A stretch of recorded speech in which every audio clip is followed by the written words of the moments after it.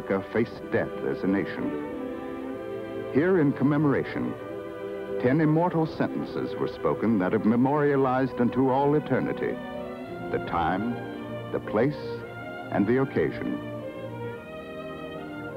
This is Gettysburg on an afternoon in mid-November, 1863. With the Civil War still raging on southern battlefields, this train of the Western Maryland Railway, carrying notables from Washington, arrives at the Gettysburg Station, the same station today as it was on that great day 90 years ago. The French ambassador and the minister from Italy, several governors of northern states, members of the president's cabinet. The people are eager for a close look at these distinguished visitors. Here's the president himself, Abraham Lincoln, invited to the occasion not as the main speaker, but merely to make a few appropriate remarks after the oration of the day, which is to be delivered by the Honorable Edward Everett, former Secretary of State.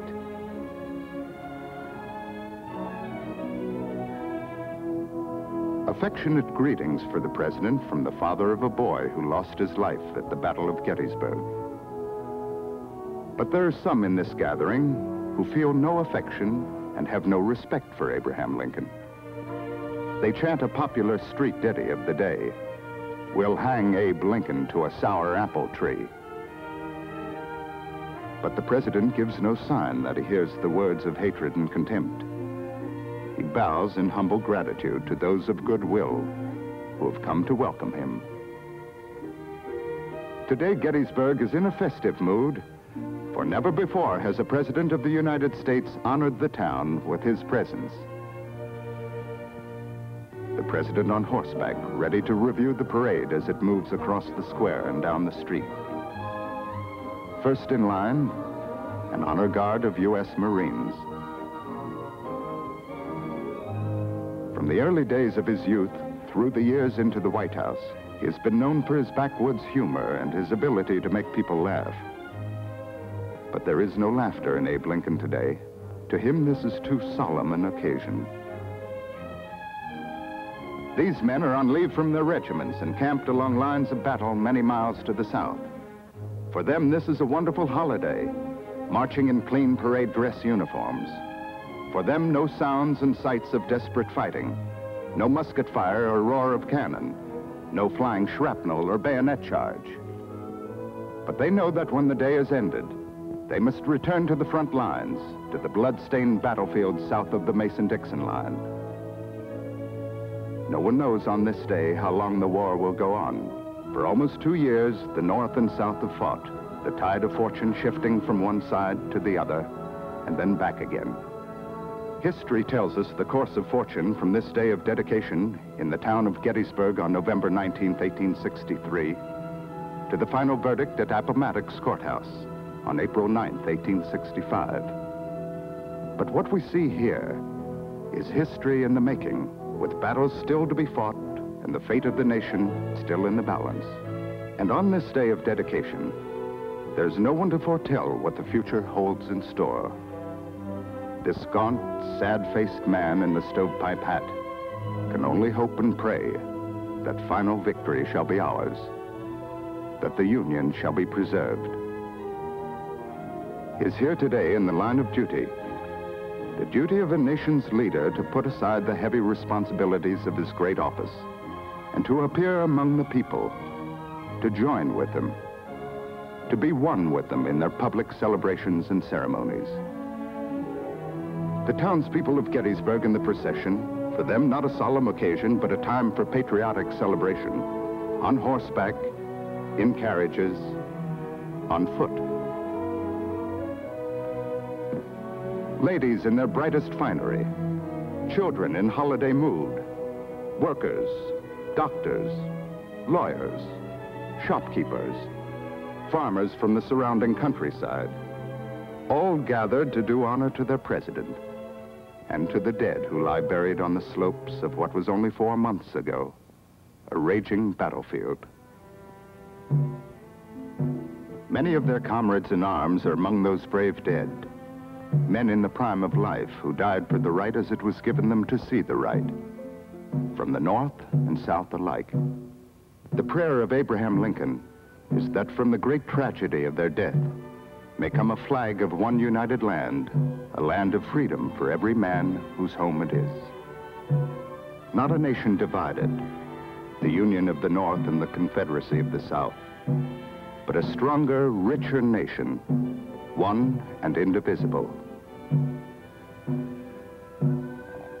Slow progress down Baltimore Street as the crowd surges out into the line of march.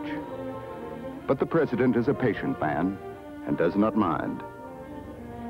It gives him a few minutes more to think over what he is going to say when he is called upon to speak. The few words that will bring the ceremonies to a close. Now on hallowed ground to be consecrated. Today in solemn dedication.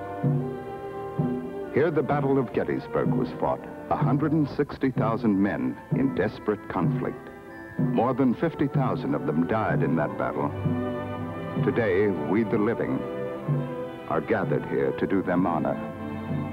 Today, this earth shall become theirs alone, the nation's first cemetery for her honored soldier dead. In a few minutes more, the formal dedication will begin. The Committee on Arrangements has done its work well. The program carefully planned and carried out, even to the last proper seating on the speaker's platform. A handshake or two, a few last greetings to old friends and those who have come from far away to see him today. And now the president goes to his seat. He waits patiently for the oration of the day to begin. He knows it will be a brilliant speech. The spectators wait quietly. Mr. Everett has spoken brilliantly for 2 hours. Now the president. They rise in respect for the office he holds, leader of the nation in time of crisis. And so to close the meeting, a few appropriate remarks from Abraham Lincoln. 87 years ago, our fathers brought forth upon this continent a new nation, conceived in liberty and dedicated to the proposition that all men are created equal. Now we are engaged in a great civil war, testing whether that nation or any nation so conceived and so dedicated can long endure. We are met on a great battlefield of that war. We have come to dedicate a portion of that field as a final resting place for those who here gave their lives that that nation might live.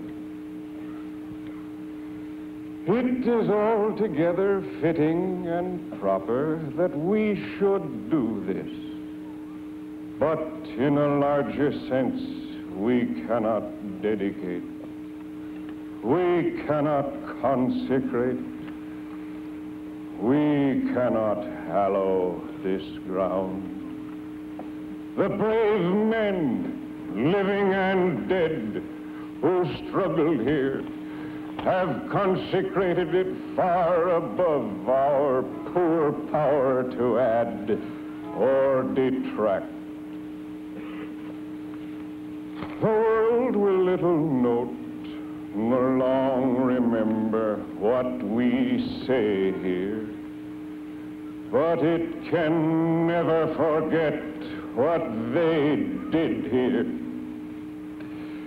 It is for us, the living, rather, to be dedicated here to the unfinished work which they who fought here have thus far so nobly advanced. It is rather for us to be here dedicated to the great task remaining before us, that from these honored dead we take increased devotion to that cause for which they gave the last full measure of devotion. That we here highly resolve that these dead shall not have died in vain, that this nation under God shall have a new birth of freedom, and that government of the people, by the people, for the people, shall not perish from the earth.